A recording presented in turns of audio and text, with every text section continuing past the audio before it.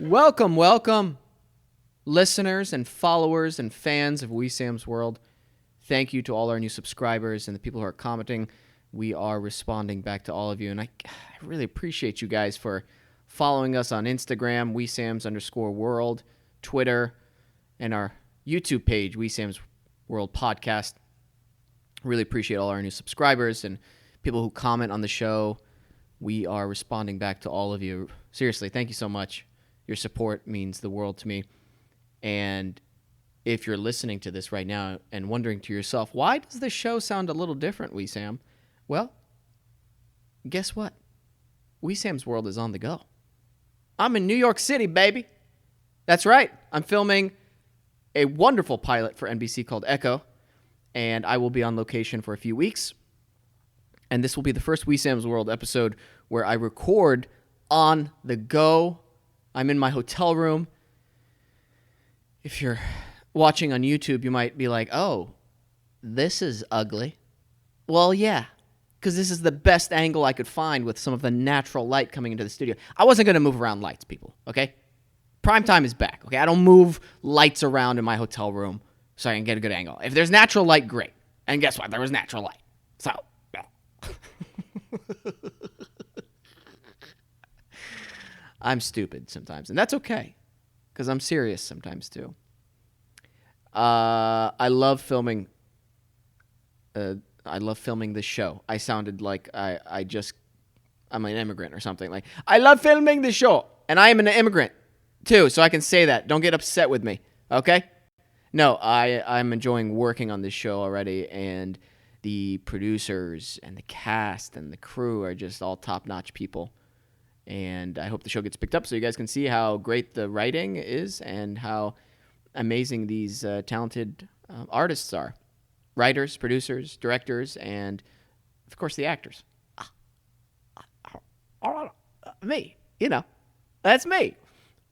Primetime, baby. Primetime, big time. Appreciate some of the fan artwork that's been coming in, too. You guys are hilarious. I love you guys, seriously. I'm glad you get such a kick out of the show. It makes me happy, you know, that I bring some form of positivity and light into your life. You know, I make you feel good because it feels good to make other people feel good. And is that selfish a little bit? Maybe. But am I going to get into a philosophical debate with you about it? No. No, I'm not going to do that right now. You know why? Because we have other things to talk about, like things at the airport that made me blood red mad. Okay? You want to know what one of them was? When people line up before your boarding group is called.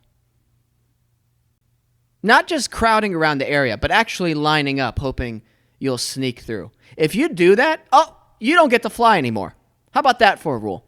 Oh, you didn't hear? You're boarding group 3. We called first class. What are you doing? You're not flying today. Can you imagine if they were that strict? And like whenever you bought the ticket, you said you like agreed to that term, and people were like, "Wait, you can't do this." Yeah, we can. We are a private business, and we can. And you said we could when you bought the ticket. Thanks for flying with us. Thanks for your money. I think it's kind of ridiculous. People crowding around, like it's assigned seating, especially too. Like your seat's not going anywhere. The only argument I could possibly find for somebody crowding around the area would be if, and this is a hard if, it's a crowded flight and there's not enough overhead space for your carry-on. And I think, to kind of see things from the other side, that's the airline's fault.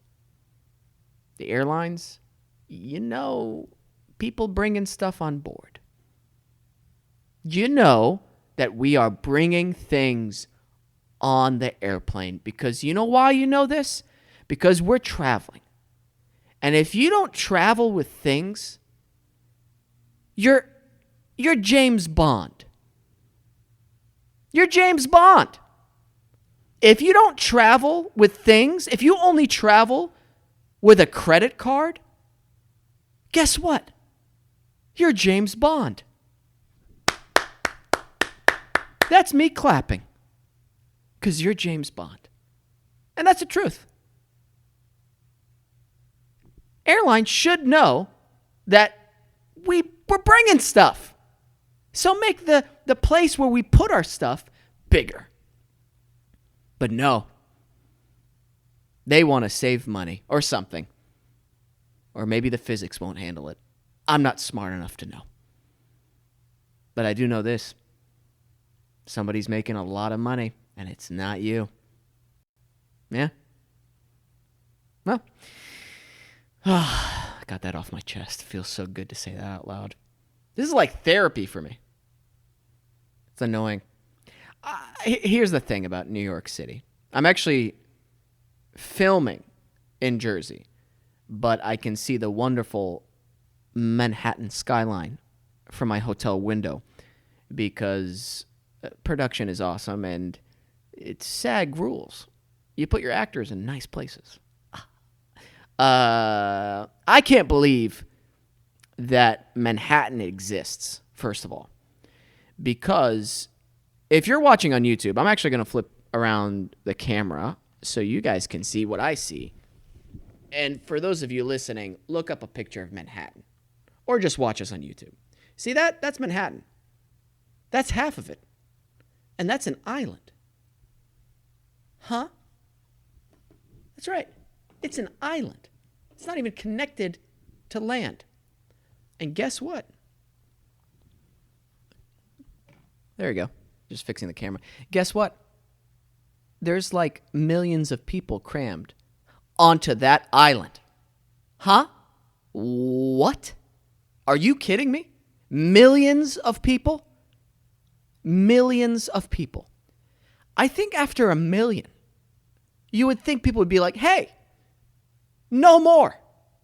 No more people on this island. There's 1 million of us. 1 million.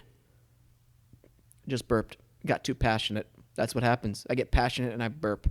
I'm all over the place today. No, but seriously, it is so crowded. I can't I cannot handle that much people, like, in, everybody sharing space. Because if you're one of my close friends, you know this. I hate sharing certain things. As a kid, I hated sharing. I really did. As a kid, I hated sharing. Food was number one. I was like, why are we sharing food? Everybody gets their own plate. Why am I giving someone my, like, there's enough to go around. I've gotten better. A little better. Not a lot better, but a little better. But yeah, man, so many people on this island of Manhattan. I get it. People are moving to Brooklyn and Queens and over to Jersey City, Hoboken. Which, let's change that name. Hoboken. What? I don't even know what it means. I should look that up before I say that. But, like, that's Hoboken. You want to move to Hoboken? No. I feel like people don't pay taxes there. Okay? Yeah, I feel like, it's not my place. Hoboken. What's in it? It's really cool. Is it? It's named Hoboken. Whatever. But if you live there, send me pictures. And let me know if it's cool. This is so weird doing a show by myself. I feel like it's literally what I think about in my head now. I am just saying out loud, and I'm realizing how absurd I can be sometimes. But it's kind of funny. It's actually really funny. Let's be real. I sound like a crazy person. I just went into a different voice, and I sounded like a crazy person. There's a helicopter, if you hear that. Not sure. These are gray mics that I got. So yeah, Manhattan is this island that just astounds me. And there's different ways of getting there if you're not from the New York City area. You've got a ferry, which I think is probably the coolest way. I think it's the James Bond way of traveling. Ferry, boat, Then there's the tunnels that they have. And that sounds just like a bad idea. I feel like has that ever flooded? I'm sure it has. Maybe not. I don't know. I feel like that would be hard to fix if it did flood. And the bridges is the other way, and then the trains or the subways. Yeah. Oh, we're going to talk about this. I'm annoyed with this coronavirus now. Not annoyed that I'll get it, but annoyed at how much the media is freaking people out about it. It's stupid. You know what's happening? Sorry, I had to check if the thing was still recording. Could you imagine if it wasn't? No, it's recording. It's recording. I would have lost my stuff. Lost my stuff here if I found out it wasn't recording. Forgot to do the intro music. I'll just tell Peyton to put it in the very beginning.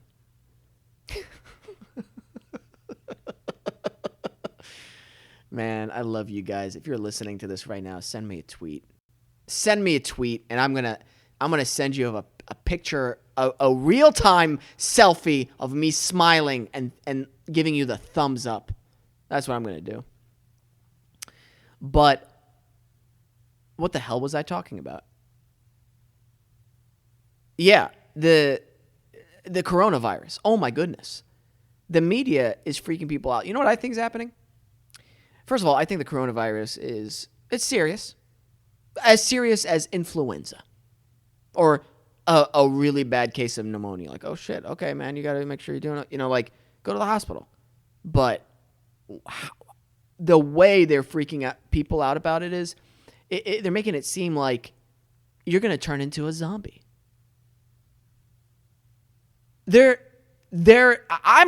Oh my God, if they're freaking out this much about the coronavirus, can you imagine if there were real zombies?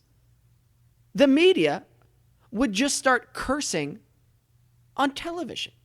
They just go, there's fucking zombies. There's fucking zombies everywhere. That's what they did. Eventually, it'd just be that. And showing people their brains being eaten. Because they are so over the top. I know I can be over the top sometimes. I get it. But them? And when I say them, I mean all of them. Even you, NPR. You're over the top in your own little way. In your special way. I think there are like laws being passed right underneath our noses right now. My conspiracy side is coming out, right? There's a seagull. Oh, I saw a bird today that my friend Jonte would have loved. Because I freaked out when it flew over my head, and I could only imagine what he would have done. He would have jumped into the Hudson River. Yeah, it's true. I know him.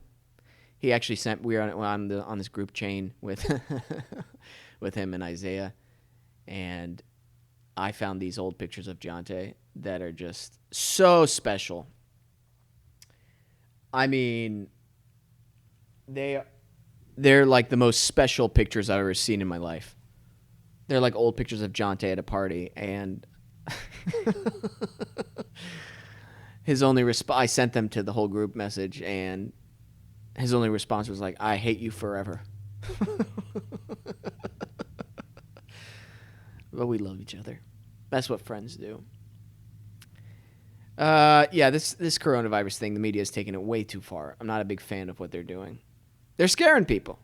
That's what they're doing. They're just scaring people, and it's no bueno. You gotta have and oh my gosh, I don't like to talk politics, and I'm not a fan of anybody from either side, but I mean, Ben Carson. Jesus.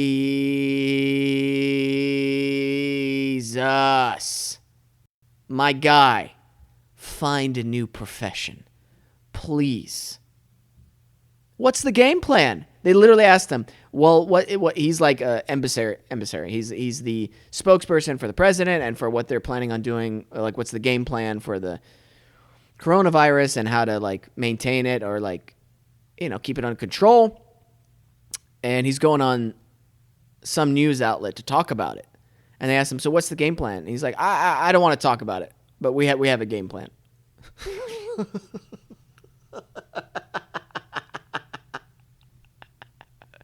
Like literally the worst answer you could give. And the way he says it is so disrespectful. He's like slouched. He feels like he's on the verge of taking a nap constantly. Put some energy in your body, man. What are you doing? What are you doing with your life? Why do you even want to be in politics? You're so lackluster. And people tell me he's actually a brain surgeon. What? He's a brain surgeon? I'd rather keep the tumor.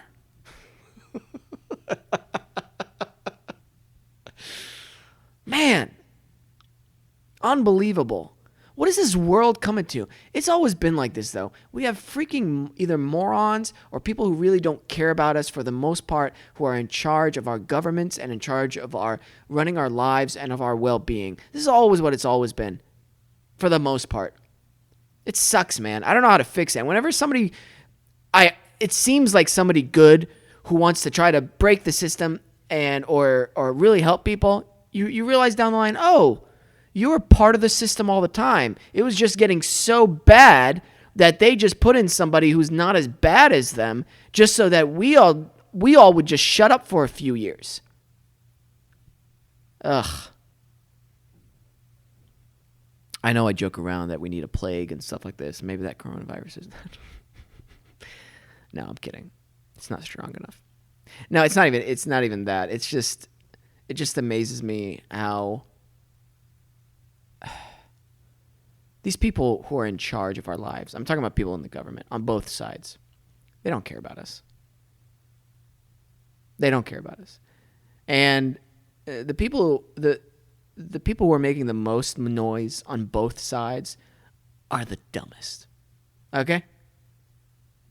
Let me give you an example.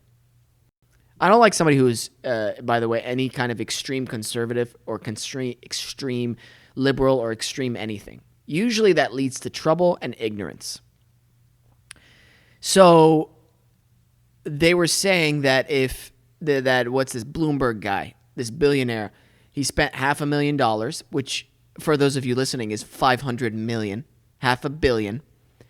They were like, he spent $500 million. He could have given every single person in this country $1 million and still had spare change. Oh, you don't know how to do basic math. Are you out of your goddamn mind? Listen to what they said. $500 million Bloomberg spent. And I'm going to really break this down for you if you're listening and going, Wesam, what are you talking about? That makes sense to me. No, listen. 500 million. Okay? So, imagine that $1 million, just $1 million is a block, okay? And so one block is equal to 1 million. He spent 500 of those. So guess what? The population of the United States of America is 333 million, I believe. Something like that. 300 million. Guess what? That's not 500. That's over 300 million. Unbelievable. Unbelievable. Well, that's our fault to a certain extent. I don't know how to fix it, guys. Do you? If you do, let me know. I'd love to know. Peyton, I'll make your job easier. I'm going to take a break here shortly. But before I go, I got a bunch of other things to talk about. I'm going to talk about my awesome castmates. And I'm going to talk about the pilot. I'm going to talk about my travels in Jersey. And going to be answering some listener questions. Ooh, we came back with listener questions. We sure did. We'll actually answer those right when we come back from the break. So, ladies and gentlemen, stay tuned. We'll be back right after these messages.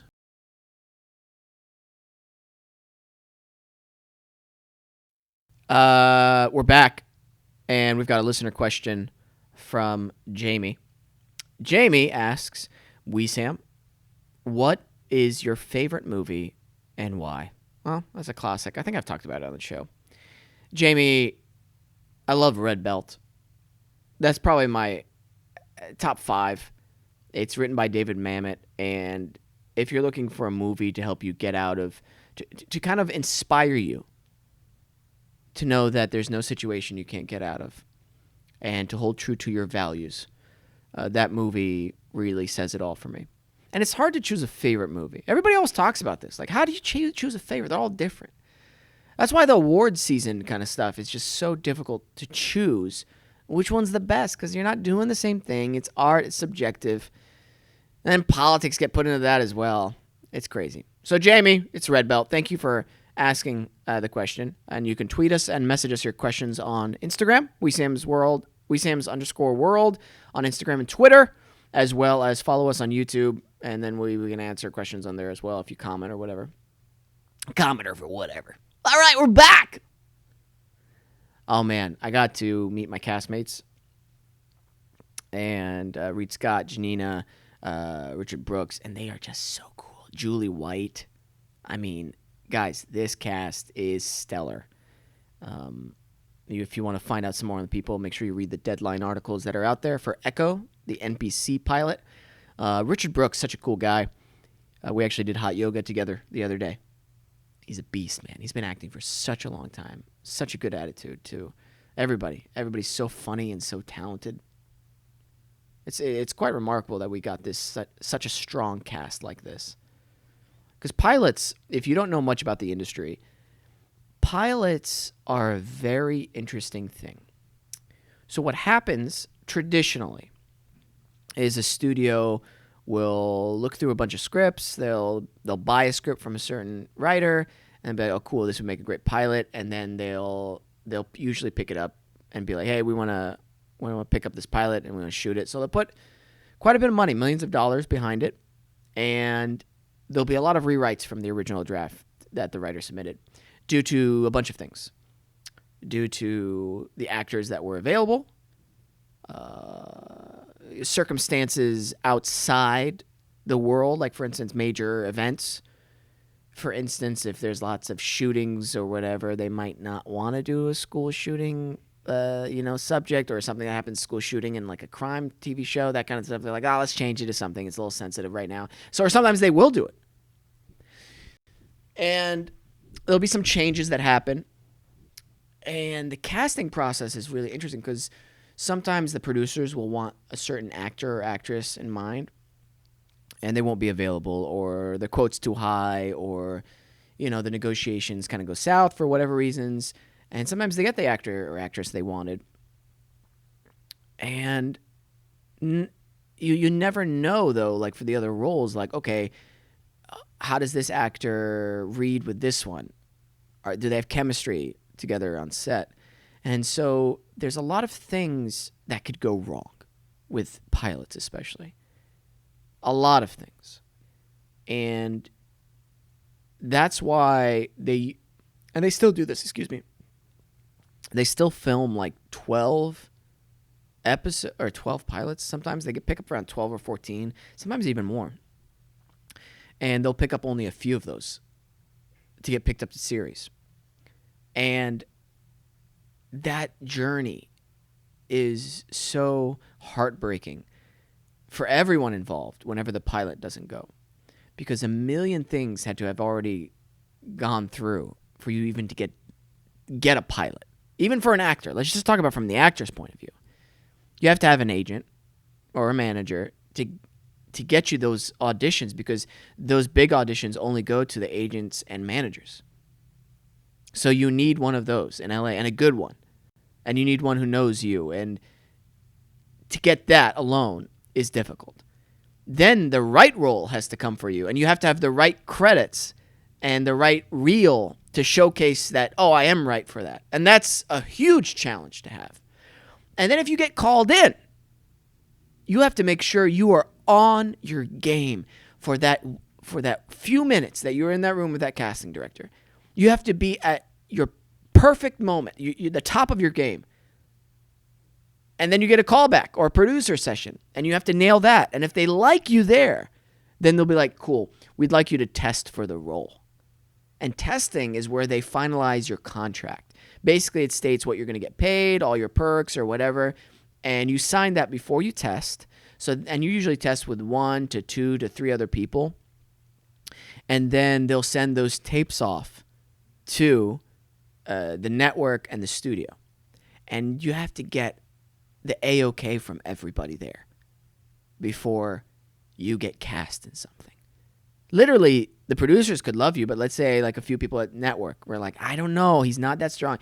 And at the end of the day, if they own the show, they can go, no, we'll take this guy. And, it's hard for the producers to fight back. I mean, they can then, they can push back. But here's the thing. You can get cast in a pilot, get tested, and then at the table read, people have been recast. At the first table read. You do a first table read for the network, you can get recast there. So you got to shoot the pilot, make sure you're great in it, make sure you nail it. And if it gets picked up, awesome. If it doesn't, you're back to square one. And here's the craziest thing. It hasn't happened to me personally, but I have been on shows where it has happened. For the People, for example. 2 wonderfully talented actresses who I shot the original pilot with, they were recast when the show was picked up. And that is extremely heartbreaking. And it's an untold part of our industry that you only experience whenever it's your fellow castmate or it's happened to you.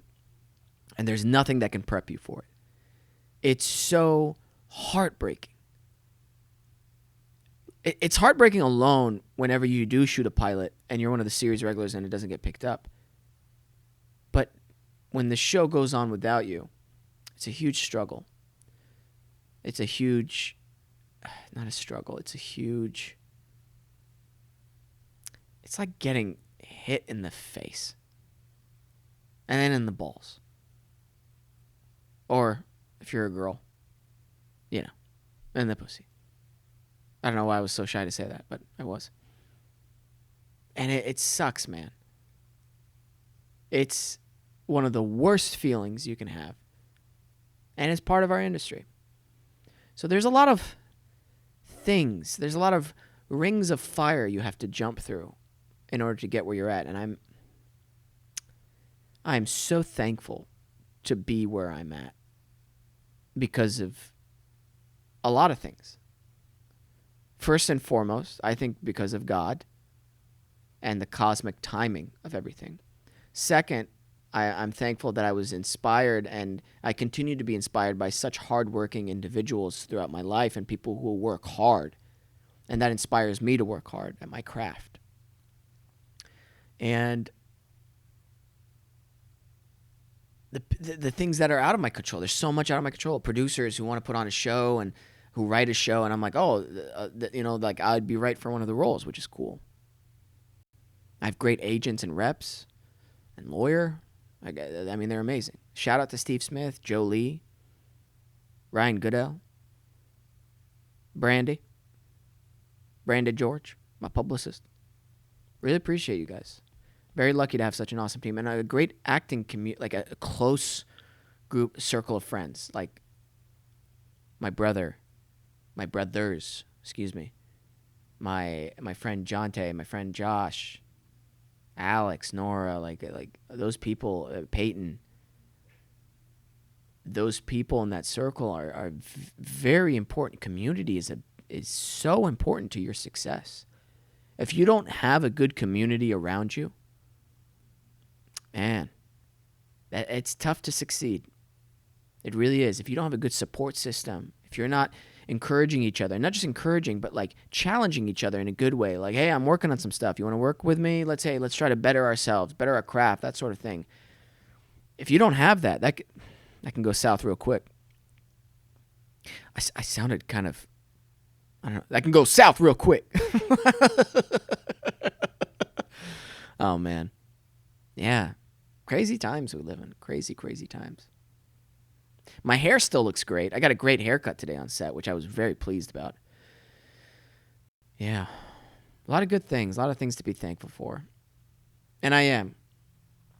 And I always will be, because I know what it's like to be on the other side of things when you're not working. And it's miserable. It's so miserable. Because I want to take care of my mom and dad, continue to take care of them financially in a positive way, and put out good acting work, where people love it. They get enjoyed. They get entertained. They get enlightened. I want to do that. I love doing that. That's one of the best feelings. And do it in a way where people are like, whoa, that's like really good. Like not just good, but unique. Why not? Go for it. Life's too short, man. Life's too short. It's crazy, man. This just what life is. When you're just sitting, like wherever you are right now, if you're sitting at work or you're sitting in your car, look around you. Just take a moment and think about where you're at in your life and how insanely blessed you are. For the majority of you listening, within an hour, you could literally have 99% of any kind of meal or food that you want. When was that possible at any time during human history? At any point right now, you can look up 99.9999% of anything or any information that's ever existed. Or any song that's ever been written. 99% of songs that's ever been written, you can look up and find right now. That is so crazy. Ugh. It's so crazy it's giving me heartburn again. I'm getting heartburn. It's been getting better though. So that's good. Yeah. Just what this experience is in this meat body we're in. There's got to be more to this life. There has to be. Just how crazy this experience is. And where we're at, I truly believe there's more to life than just this. There's some other dimension, other worlds. There's definitely a God, but not an old man who has a beard in the clouds kind of God. No, this is like beyond our understanding, but beyond our comprehension. An entity that we've come from somehow, and some people have said that it's experiencing itself in infinite forms through individuality. Like, what? If you even say, yeah, I get that, then you don't get it. You don't realize how big that idea is. Crazy, man. Crazy. This show is crazy, too. Look at, like, the roller coaster we take on it. 1 minute, I'm talking about how frustrated I get with people who gather around the airport line before it's their turn. And then the next minute, talking about how life is, how introspective. I don't even know the word. I'm not that smart. When you start thinking inwardly about yourself, I get introspective. Somebody's screaming at their phone right now, going, it's. They're saying the right word, but they're screaming it. Whatever. I'm sorry, sir or ma'am, or they. I don't know all the appropriate pronouns. I don't. I'm ignorant. I'll tell you what, if you're watching this on YouTube, I still have great light. This is like the perfect lighting situation. Yeah. How you doing, Peyton? Peyton would usually respond back with something with current events or something like that right now, but he's not here. He's back on the crack cocaine. I'm kidding. Peyton is he's such a good guy. He's new to LA too, which is great. Because there is this attitude that you have whenever you're a go-getter like he is and a hard worker and you're new to LA, that you're like, "Ooh, that's fresh. Yes. That's some fresh flame." You got some old flames here, you know? Not that they're not burning bright, but they're old. They've been weathered by the Los Angeles or the big cities. Yeah. I'd love to do more voiceover work. But like, dude, I'm probably talking so loud right now. Yeah, I've been talking so loud. I have the headphones on, and I just realized how loud I've been talking and how much my neighbors probably hate me, and that's okay. Bill Burr had a segment on that whenever he'd be screaming and yelling and people would come banging on his door, and he'd have to be quiet, which made him more angry. Uh-oh. Yeah. Yep. So beautiful outside right now, people. It is. It's absolutely gorgeous. Oh, my gosh. It's so crazy to think that many people live on one island. I can't get over that. I wonder... No. That's crazy to think that there's that many people. No, it's sinking. That's what I was going to say. Manhattan is sinking. And if the ocean starts, continuing to raise, the sea levels continue to raise, what are they going to do? Are they just going to build a wall around it? And you're okay, like living on Manhattan, you'd be like, okay, yeah, that's cool. Huh? What? No, get off the island. What are you doing? It's sinking. Maybe that's metaphoric. Maybe that's a metaphor for our life, or an analogy. No, metaphor. It's metaphor. I get those mixed up a lot. Beautiful sunset coming in. Yeah. Oh boy. I went through for the first time the subway station at the World Trade Center, and that thing looks cool, but it looks like you're going through somebody, like a skeleton, like a rib cage. It's crazy cool. Something out of Blade Runner. I was telling Richard, I was like, man, that'd be so cool to do like a chase scene here. Start shooting around, pow pow pow pow pow, everybody get down, run. I don't know what I was, like I'm a cop or an FBI agent. I just made a face. I like making faces. I've always loved doing that as a kid. Little kid Wesam, LKW, looking. He's like, hello. Oh, it's my face. It's my face. Look at that. That's my face on the camera. Hello. I hope I have a kid like that. He's like, Daddy, look at this face I'm making. And he just like makes a face and just stares at me. I'm like, oh, that's a good face. He's like, yeah, that's great. Okay, bye. I love you. Bye. That'd be adorable. And I want him to like ask me to be the weirdest, have the weirdest Halloween costumes. Like he's like, Daddy, I want to be a traffic light, but I want to be like a yellow one where it's on the yellow. Is that okay? Be like, yeah. So you want to be a traffic light, but the light is on yellow? Yeah, that's exactly what I want to be. Okay, all right, yeah, please, thank you. Make it for me. I'll make it with you. It'll be fun. It's ridiculous. I know. It's cute. It's real life. Oh man, it's beautiful though. It was a beautiful day today here in Jersey City. It was like 70 degrees. 70 degrees, yeah. About to go to a cast dinner. I'm going to check the time real quick, and we'll still talk with each other because I like this. I like this a lot. And by the way, again, if you're listening, tweet at me, message me. I respond back to everybody. No joke. There's a lot of you, and I take time to respond back to everybody because I'm really thankful for you guys. Because without you, this show wouldn't exist. I'd just be a crazy person. That's right. I'd just be a crazy person. Yeah.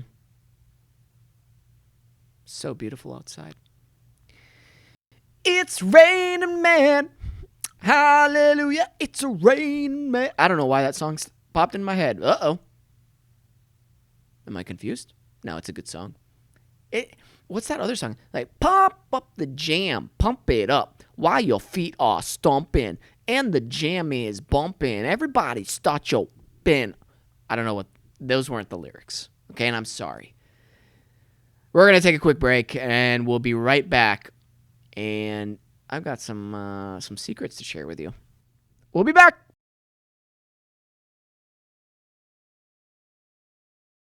And we're back, and my secret is this.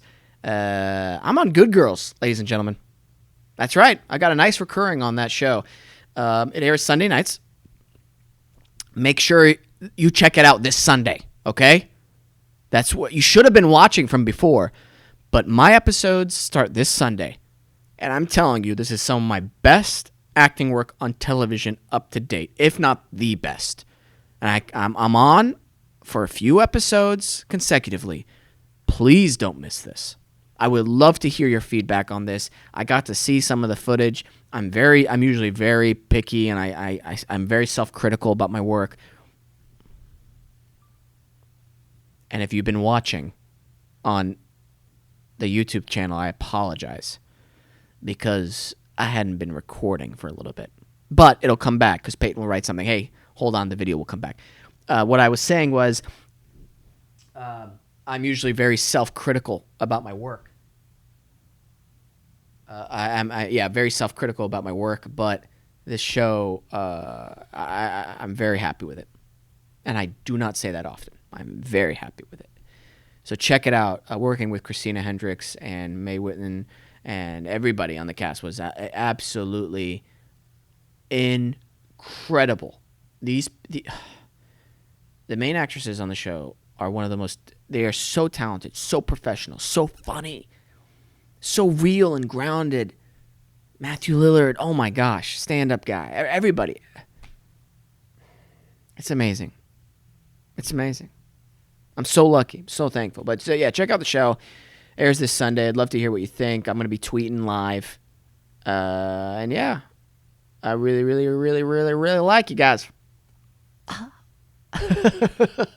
got to also work with Charlene.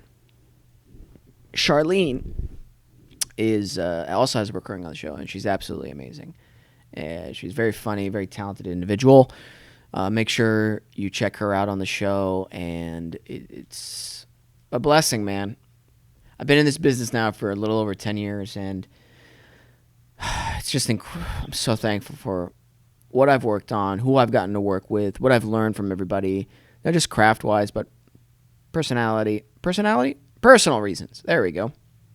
As you can see, it's getting a little dark on the YouTube video, but we still got good light. What the heck is that sound? Oh, that's a ferry. It got kind of close to the hotel. You guys hear that, right? Brrr. Move away. Move away, ferry. What up? Move away, boat. That's LKW. When the boat gets too close. Yeah. Pump up the jam. Pump it up while your feet are stomping and the jam is bumping. Yeah. I do enjoy the cold because of the cold showers, and I love taking cold showers. It really, really wakes you up, boosts your immune system, helps with rehabilitation, especially when you're sore, inflammation. It's just like a cup of coffee. Like, ooh, I got an espresso shot. Woo! I'm awake. Especially if you don't use hot water afterwards, and you just warm up naturally. Oh, that's great. And it actually boosts your metabolism too. That way, I feel like I'm burning calories throughout the day because of it. And thank you for that cold water. Really appreciate you. Yeah. Living the good life. I might be recording from somewhere far away because I might be traveling again next week. And if I do, I'll record on the go with another special guest on the show. I know. You guys are like, Wesam, what are you doing, man? You traveling the world. You're on television. You're prime time. You're making us jelly. And that's okay. You can do it too. Find your own primetime version of yourself. Uh-oh. Did we just create something cool together? Find your own primetime version of yourself. What's your primetime version? Message me. Send me a pic of it. No nudity, please. I've been getting a lot more of those, and I gotta say this. Don't send them to me. Guys or ladies. You know why? Because that's ridiculous. It's ridiculous. Don't do that. I don't know you. I don't need to see you naked. That's weird. I mean, it's weird. It's very weird. I get why you're doing it, but yeah. It's so crazy. It's so crazy that guys, what are you doing sending what are you doing sending dick pics to girls? You know? Like, that to me is one of the craziest things guys do. Unbelievable. And vice versa. Like, chicks, like, all right, cool. Pictures of your boobs. Thumbs up, I guess. What do you want me to see? Like, there's porn. You know, like, I don't know. Maybe people like that. Maybe people get turned on by that. I don't know. It's not my thing. Intelligence is my thing. I'm watching this tugboat push another boat, which I think is the craziest. It's so weird to think about. I don't know why they do that. It does make sense. Maybe that boat broke down and they need another boat to push another boat. It's crazy. It's not that crazy, but what if that's your job? You're like, yeah, I got a tugboat business, and I just tug boats out of the harbor or bring them in. That's my job. Like, huh? How do you get into that? Those are I love random jobs that you don't think about existing, but have to exist. Like a ferry boat captain. That's one. What are some other jobs? Message me right now. I want to know what are some crazy jobs that people don't know exist, but like they have to exist. I'm trying to think of one right now. Maybe okay. How about this one? You know when they're constructing a new building and they have to put those cranes like in the middle of the building? How do they build that? Somebody has to be in charge of building it. Is that the same construction company? Or do they get another company that just does that part? The crane thing is, whoa. That blows my mind. Because you'll see a building like 80 stories tall, and they're still building, and the crane is on them. Like, oh, how do you get that down? That's a big fucking crane. That's a big crane. How do you get that down? That might be the quote for the show. That's a big crane. How do you get that down? Yeah. I don't know. Or the guy who operates the crane. You've got to love that job. You're like, look what I'm doing. Windy days must be scary, though, up there. Very scary. Couldn't imagine it. I mean, I can't imagine it. Oh, by the way, that's one of my biggest pet peeves when people say, you can't even imagine. Yeah, I can. I can imagine it. I can. Because it's imagination. And I don't know if you know this person who says, I can't imagine it, but my literal fucking job that I get paid for lots of money is to imagine. So I'm good at it. You can't even imagine how much work I had to do today. I could. Easily. Unbelievable. If somebody says that to you, please, if you could take a video of them saying that, that would make my day. You would make me so happy. If you're in an argument with somebody and they're legit saying that, I'll give you a follow just because of that. But it has to be a real argument where like, you can't even imagine that. And it has to be something like, you can't even imagine how much poop the baby pooped. Yeah, I could actually. I could very viscerally imagine that. And then it shows like the baby poop and it's like the size of a couch. And I'm like, whoa. I didn't expect that, but I could imagine it. So I still win. Where have we gone on this episode, ladies and gentlemen? We have gone we have run a strange, colorful gambit, haven't we? Gambit, by the way, one of the most underrated X-Men, and I don't think they utilized his full potential in the movies or in the comic books. There, I said it. I don't think they utilized Gambit to his full potential in the movies or the comic books. Change my mind. You can't. I think he is one of the most underrated comic book or superheroes of all time.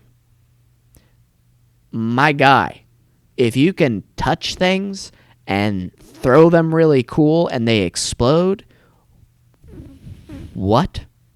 You know how many cool fight scenes you could have and the cool things you could do with that?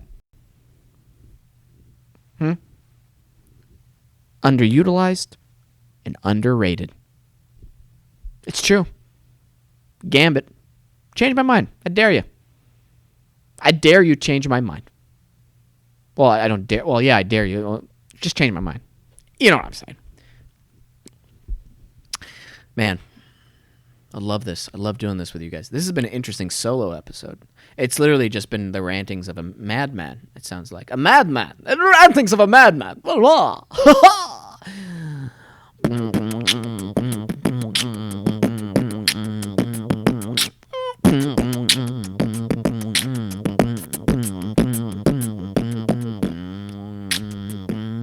That's me beatboxing. In case you didn't know. In case you thought, oh, they just had a music break. No, that was me beatboxing. I beat my...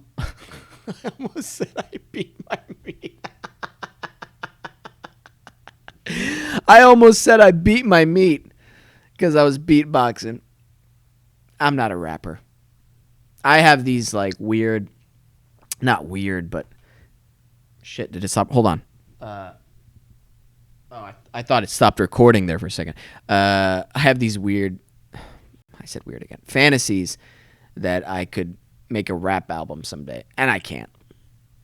I don't think I'm that level of cool where people would, A, take me seriously, and B, I can make a rap song that sounded cool. I hiccuped in the middle of that, and it sounded like I almost started crying. I don't think I can make a rap song. Man, this is a crazy life we lead. Yeah, it's incredible.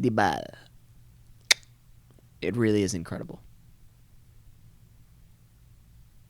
I mean, a lot of us are going through tough things, but I can assure you this: you're not the only one who's ever faced whatever problem you're facing that's causing you depression, or causing you to feel down, or making you feel like, oh, I can't overcome this obstacle, because other people have overcome it in the past. And your job is to find out how those people overcome that obstacle and do your best with the best intentions to overcome it. One of the things that people have asked me in the past that I'd like to share with you guys about how have I overcome some of my most depressing and dark moments in my life. And I've done this because I read this somewhere and I decided to try it out. And it doesn't matter what religious background you are, where you're from, or whatever. I found some time to be alone in nature, whether that was a park, for you, or into the woods a little bit. And I sat there and I took a moment, became extremely aware of where I was at, became aware of myself, of my problems, and from the bottom of my heart, I prayed to God, and I said, I need help, and I don't know how to overcome this. I said it a little bit more, a little bit more words than that, but you could say it as short as you want or whatever, but I think if the intention is there, that's what the most important thing is. And I've done that multiple times in my life. And every single time, something happens where I find the solution to whatever problem I'm facing. And I know a lot of you out there don't believe in something bigger than yourselves, like God or anything spiritual, and that's fine. And I think even going out to nature and just being alone and concentrating on what's going on in your life helps, but give it a shot. See what happens. You have nothing to lose. And if something like that happens to you and you feel good from it, let me know, because I'd love to hear your story. And I think other people would love to hear your story, because we are all in this shit storm together, ladies and gentlemen. The world is not on a great path, but there are moments of light and hope, and I'm hoping things get turned around eventually. And I hope people start focusing on what's really important in their lives and about doing right with others, helping others, being a beacon of light to others. When things get down, that doesn't mean you have to be a superhero. Little things go a long way. A smile, a simple courtesy of thank you, you're welcome, respect, being friendly. Every now and then being overly generous with a tip can really make somebody's day. And I encourage you all to take those steps to be the best version of yourself, to be the most primetime version of yourself. I truly mean that.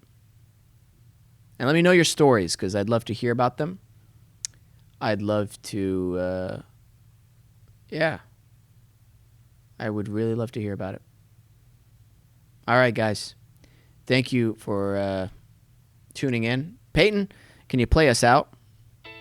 Thank you to Nice Guy Digital, Adobe Radio, all our new fans and subscribers. Remember to follow us on Twitter and Instagram, WeSams_world, and subscribe to us on YouTube, WeSams World Podcast. Thank you to all of our followers and everybody. We really appreciate you guys. Always remember to listen, think, and then talk.